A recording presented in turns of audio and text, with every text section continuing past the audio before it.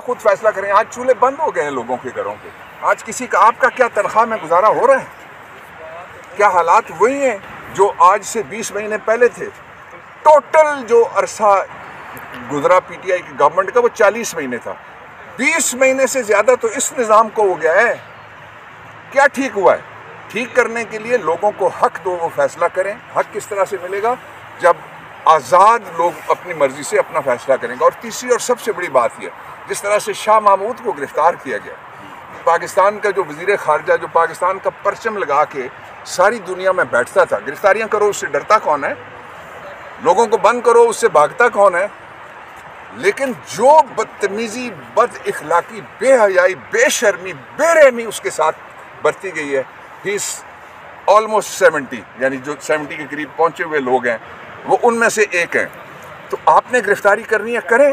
اور گرفتاری کا جواز کیا تھا؟ اگلے دن جب عدالت میں جا کے کھڑے ہوتے ہیں تو اس نے کہا کہ ریمانڈ میں نہیں دیتا، اس کو جیل بھیج دو. یہ میسج کیا دے رہے ہیں؟ میں آپ کو بتاتا ہوں. آج تیسرا دن ہے. 3 دن پہلے میں صبح 5:30 بجے کے قریب، 6 بجے کے قریب میں کے پی میں تھا، اور میں شام کو 6 بجے کے قریب پشاور ہائی کورٹ کی عدالت سے نکلا. سینکڑوں وکیل میرے پاس آئے بلا مبالغہ، اور سینکڑوں سے زیادہ عام لوگوں نے مجھ سے سوال کیے. وہ کہہ رہے تھے کہ ان سے پوچھو کہ یہ پاکستان کو دھکا لگا کے کدھر لے جا رہے ہیں یہ جو نگران بیٹھے ہوئے ہیں. میں ان سے اپنی طرف سے یہ سوال کرنا چاہتا ہوں کہ کیا نگرانوں، حکمرانوں، مجھے یہ بتاؤ کہ 1953 کا کوئی لکھا ہوا ڈرامہ بھی اس دور میں چل سکتا ہے؟ کوئی لکھی ہوئی فلم بھی اس دور میں بن سکتی ہے؟ وہ اسکرپٹ پرانا ہو گیا ہے. خدا کا واسطہ رحم کرو اسکرپٹ پہ بھی، پاکستان پہ بھی، پاکستان کے ووٹر پہ بھی. پاکستان آئین آج لہو لہو ہے، جمہوریت آج خستہ حال ہے، عوام آج بے حال ہے. اور چند ایسے گھرانے آپ گن سکتے ہیں، اور ایسے لوگ جو 35 سے لے کے 50 تک ہیں، ان کو بچانے کے لیے ہر آدمی کے بچے کا، پوری یوتھ کا، پوری پاکستان کی خواتین کا، اور پوری مملکت اسلامی جمہوریہ پاکستان کا مستقبل خطرے میں کیوں ڈالا جائے؟ ایک راستہ جو ہے آئین بتاتا ہے، میں تو نہیں بتا رہا.